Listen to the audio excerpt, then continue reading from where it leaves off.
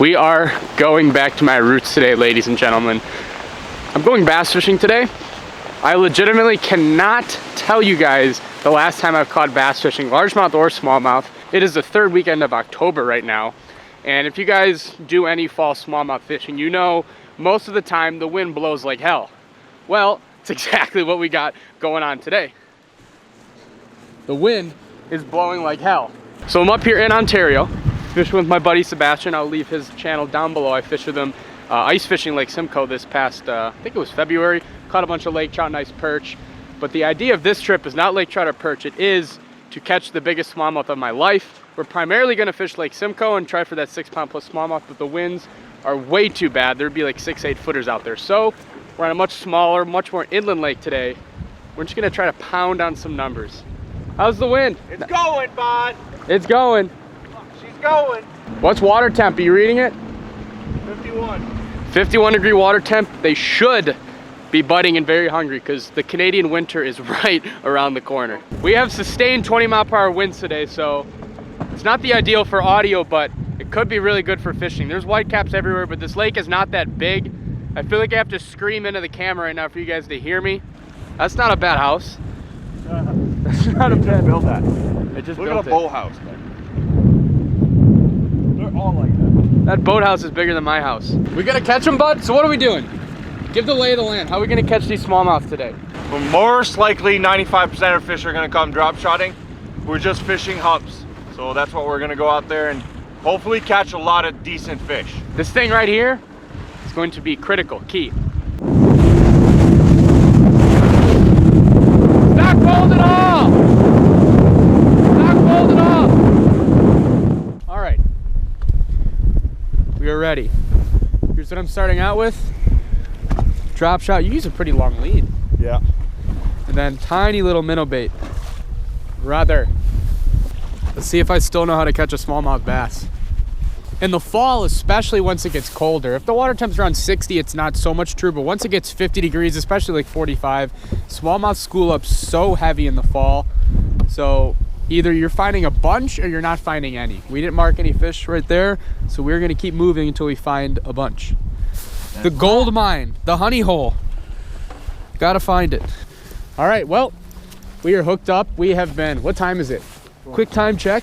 Noon on the dot. Noon. So it is 12 o'clock. You believe that fish, boy? Oh, it's not very big. No, It is that sure? way, yeah. So we've marked probably 30 shoals by now. Dude, it's not even a bass. It's a lake trout. It's a freaking laker. Hell yeah, first bass of the day. The objective He's got friends. Look at this. He's got friends. Oh, look at that. All the spaghetti. So those are all a bunch of lake trout that followed him up. It might be bass. They school up together. Well, the objective of the day was to see if I could still catch smallmouth. Obviously not. We had to go to the very north end of the lake because there was plenty of spots where we saw fish, but it was way too windy to hold. Like the trolling motor was coming out of the water. Not a good situation in the slightest. Yum. Yum, yum, yum. Look what happened. Look. Oh my God. So look, I dropped my bait and he hit it. Those are the bubbles when they hit it. That is, so you're not going all the way to the bottom? Yeah, I did. Okay, I got. Dude, what's down there? So it's probably a bass or a lake trout. Fish. You have one? Yeah. Tiny. Oh, maybe not. Is it a smallmouth? I think so. So we've located at least one. Okay, watch out. Watch your line. I'm away. They're here, dude. They're below it. Oh, that is a little guy. So that fish came out of 45 feet of water. Right now we're fishing 40. Got him. My bait was falling. There's a school of them. Yeah, boy. Oh, that's a good one. Double jumpers. Dude, I had my finger on the line as it was falling just in case there was a school of them that followed yours up. Doubles. So mine hit a really big swim bait. This is a 6-cent swim bait actually. It's pretty, dude, look, he choked that thing. I really like that swim bait you got on. It's super soft and it's like, you guys should see that. Like it wiggles. It's got a really nice roll. This is just the start of me using these 6 cent swim baits. You guys will get a very, very, very good in-depth look at these things right here. Wow, he took this hook deep. Yeah, look at this. See, this is fall fishing for smallmouth. Once you finally find them, you can really get into them. Again, like I keep saying, the fall is all about these fish schooled up tight. When you hook a fish, a lot of times all of his buddies come racing up to see what all the commotion's about. He hooked that fish way in front of the boat, and I didn't even know that there was anything following. I just kind of cast it out there with hopes that there was followers. And the fish I caught hit this swim bait halfway down, sinking. Yeah. That was cool. That's got good action. That's the first time I've ever done that.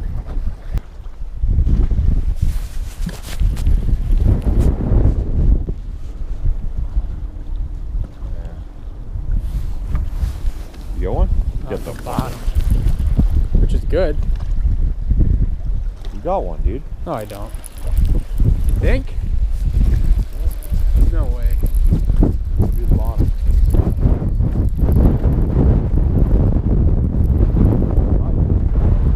Oh my god, I do have one. Haha!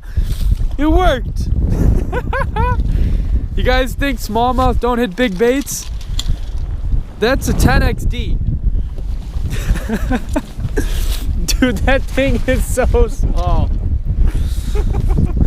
I thought I hit the... Dude, I did start to hit the bottom. He was probably swimming like that, chilling, and he just got like this, dude. No, he tried to eat it. Dude, he ate it. Head first. A lot of people think 10XDs are too big for largemouth. Hey, jam, lasagna down. Lasagna down there. Oh, here, I'll get this guy over there. So just caught a giant crankbait fish, and now they're directly under us. Fish, eh? You can feel it? Yeah, that was like 4, easy 4. I think that might be the deal. Huh? That might be the deal. God, he Take your time, hammered it, that's a dude. good one. He hammered it. Take your time, don't rush it. I'm not. But he might have friends. Oh, he definitely does, dude. Look at that. They all, dude, there's like 6 of them. This is definitely a nicer fish. I'm just gonna keep him here. Try to catch another. Be nice to land. Oh, it's a good one. Oh, it's like almost a 4-pounder. I knew that was a good one the second he bit. Look at this. There's so many down there. Fish on. Fish on? Dude, this is like the fattest smallmouth ever. Look at this fish's belly. Just as quick as we caught those 2 fish, the rest of the school disappeared. There was like 6 of them, and now you guys can see it's ghost town. There's nothing down there anymore. But this bigger profile bait has just been absolute money. Pretty sure that fish I just caught's a 5-pounder because the belly is so damn big. She's in there chilling. It hit that bait so hard. So these are the hollow core swim baits by 6 cents. They're typically a largemouth bait, but they can crush the smallmouth just as well. Again, like I said, it's all about that super soft plastic that takes nothing for it to have great action in the water. This bait is also, This bait is also holding up pretty strong. Seb's telling me there's lasagna on the graph, which you see those little red marks. So I gotta get back to catching more. So we have 2 fish in the live well, and we're going to weigh and release them both. Sebastian's probably around 3 pounds. Mine, I don't know if it's quite 5 pounds. It's close, just because it's so fat. I don't think it's very long, but it's definitely the biggest bass I've caught in quite some time. So I think this is the big one. Do you have a tape measure first? Yeah. The tape measures by, hold on. So we're gonna weigh her right now. Yeah, I'll just weigh it first. This don't hurt the fish. I really like this. Oh, my camera's right there.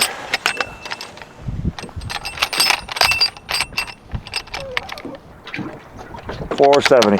470. Not quite 5 pounds, but a very big fish nonetheless. Oh, hell yeah. It's not long, it's just about as fat as you can possibly be. Look at the fin back here. All right, so this fish was like 4.7, 4.8 pounds, 20 inches. We were about to let her go and hopefully catch one a little bigger. So you guys have seen Seb and I kind of not so much struggle, just really try to figure him out. We've been here for about 4 hours now. We've caught a fish on a deep diving crankbait, or I have caught a fish on a deep diving crankbait, and we've caught a lot of fish on a drop shot, but we're noticing that whenever we're catching fish, it's a double and then the school is moving. And I caught a fish on the way down, so these fish are really active and aggressive. What I think I'm going to do, I'm gonna tie in this underspin.